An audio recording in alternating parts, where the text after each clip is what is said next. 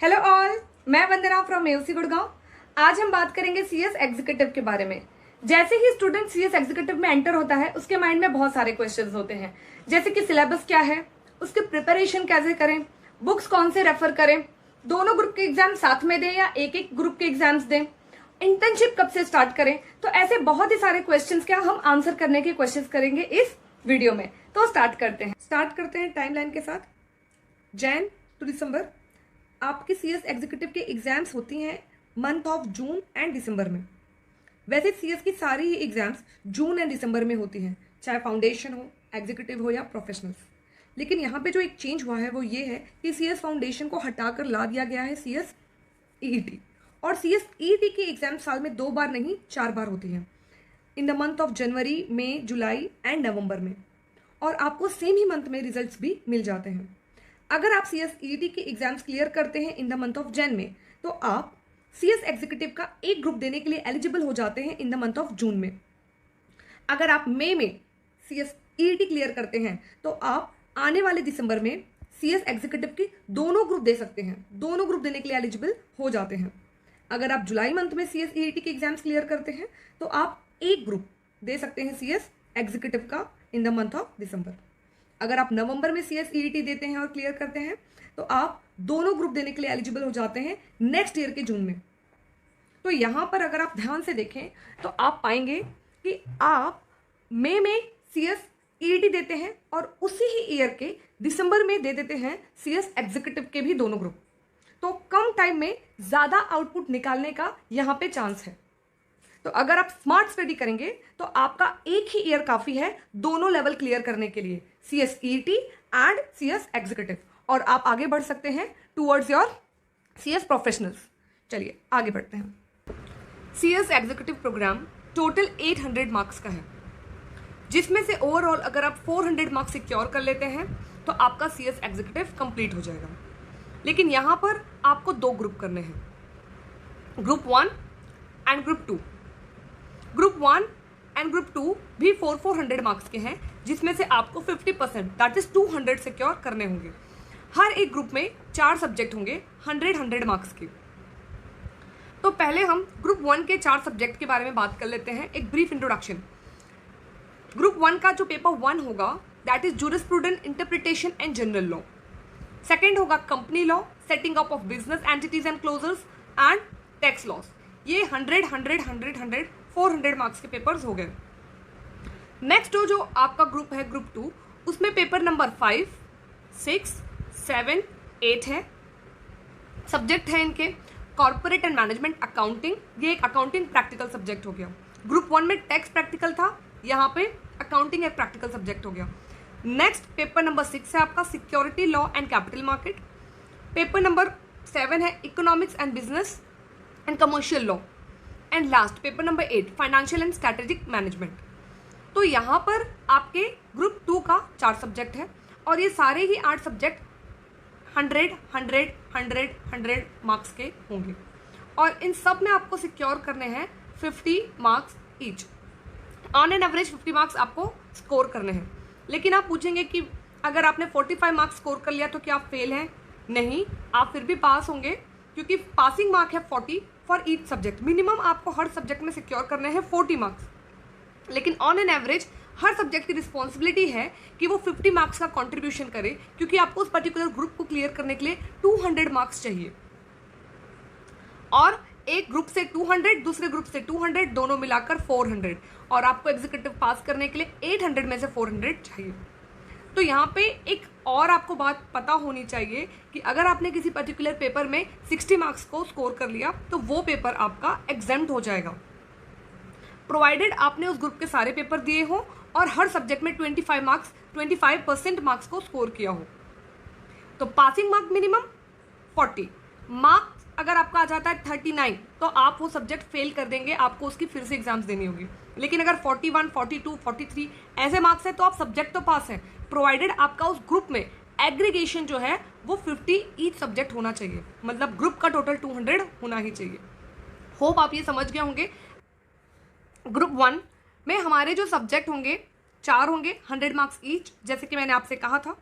अब यहाँ पर हम इनके फर्दर क्लासिफिकेशंस को देखेंगे। Paper 1 jurisprudence, interpretation and general law. यहाँ पे जो टॉपिक्स कवर होंगे वो होंगे IPC, CrPC, CPC, interpretation of statute, sources of law, constitution of India और भी बहुत सारे लॉ फॉर 100 मार्क्स। नेक्स्ट जो आपका पेपर 2 है वो है कंपनी लॉ एंड पेपर 3 है setting up of business entities and closures. ये दोनों ही सब्जेक्ट का जो बेस है वो है कंपनीज एक्ट 2013।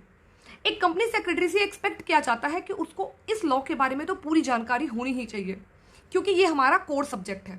तो यहाँ पे कंपनी लॉ का 50, 40 एंड 10 मार्क्स में क्लासिफिकेशन किया गया है, जहाँ पे हमें प्रिंसिपल एंड बेसिक कॉन्सेप्ट के बारे में पता होना चाहिए कंपनी के, जैसे कि कंपनी में शेयर कैपिटल क्या होता है, डिबेंचर क्या होता है, कंपनी में चार्जेस क्या होते हैं, कंपनी डिविडेंड डिस्ट्रीब्यूट कैसे करती है, कंपनी का ऑडिट कैसे होगा, कंपनी बुक्स ऑफ अकाउंट कैसे मेंटेन करे, बहुत सारी चीज़ें।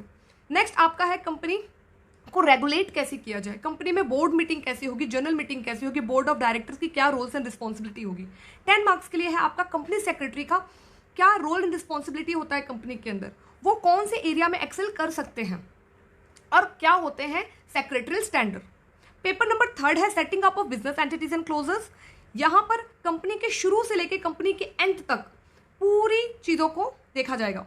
सेटिंग अप ऑफ बिजनेस, यहाँ पे कंपनी को इनकॉर्पोरेट कैसे किया जाए, कंपनी को रजिस्टर कैसे किया जाए, कंपनी का कन्वर्जन करना है प्राइवेट टू पब्लिक या पब्लिक टू प्राइवेट कंपनी, तो वो कैसे होगा, क्या प्रोसीजर फॉलो किया जाएगा, कंपनी अपने लाइफ टाइम में कैसे लाइसेंस को पा सकती है, क्या कंप्लाइंसेस उसको करने होंगे, अगर उसे कोई इंटेलेक्चुअल प्रॉपर्टी का रजिस्ट्रेशन करना है तो क्या प्रोसीजर होगा।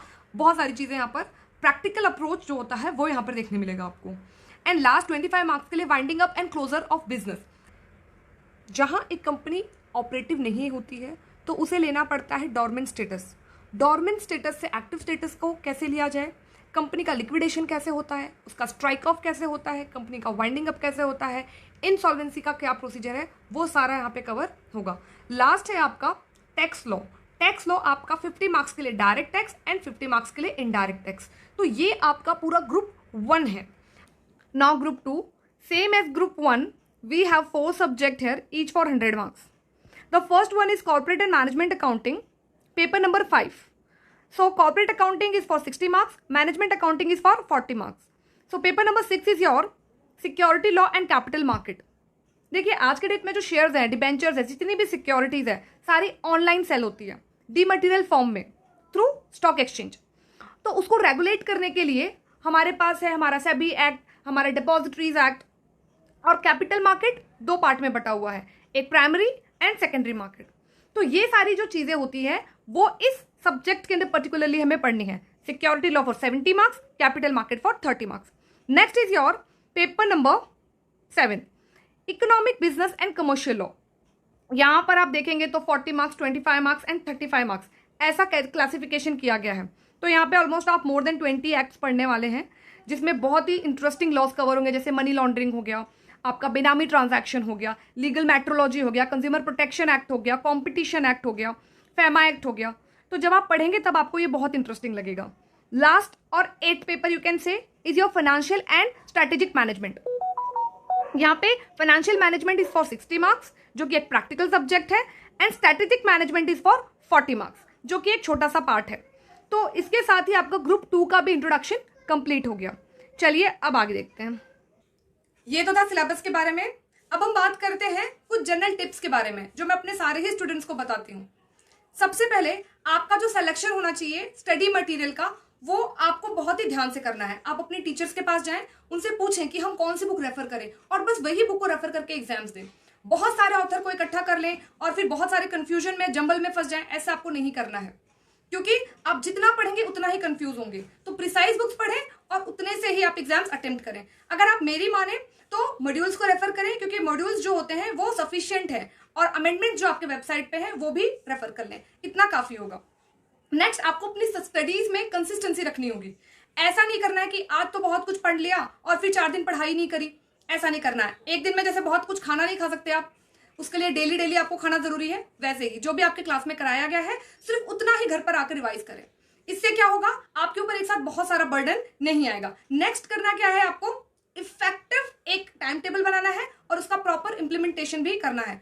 स्टूडेंट बनाते तो बहुत इफेक्टिव टाइम टेबल है लेकिन उसे अप्लाई नहीं करते, तो आपको उसे इंप्लीमेंट भी करना है। और इस तरह से टाइम टेबल बनाना है कि उसमें सारे सब्जेक्ट को वेटेज दो, ऐसा नहीं कि आपको प्रैक्टिकल सब्जेक्ट पसंद है तो उसको ज्यादा टाइम दे दिया और थियोरिटिकल सब्जेक्ट रह गया। एग्जाम तो सारे ही एग्जाम्स देने हैं आपको, सारे ही 100 मार्क्स के पेपर आपको देने हैं, तो उसी तरह से वेटेज भी टाइम टेबल का सबको इक्वल ही दें।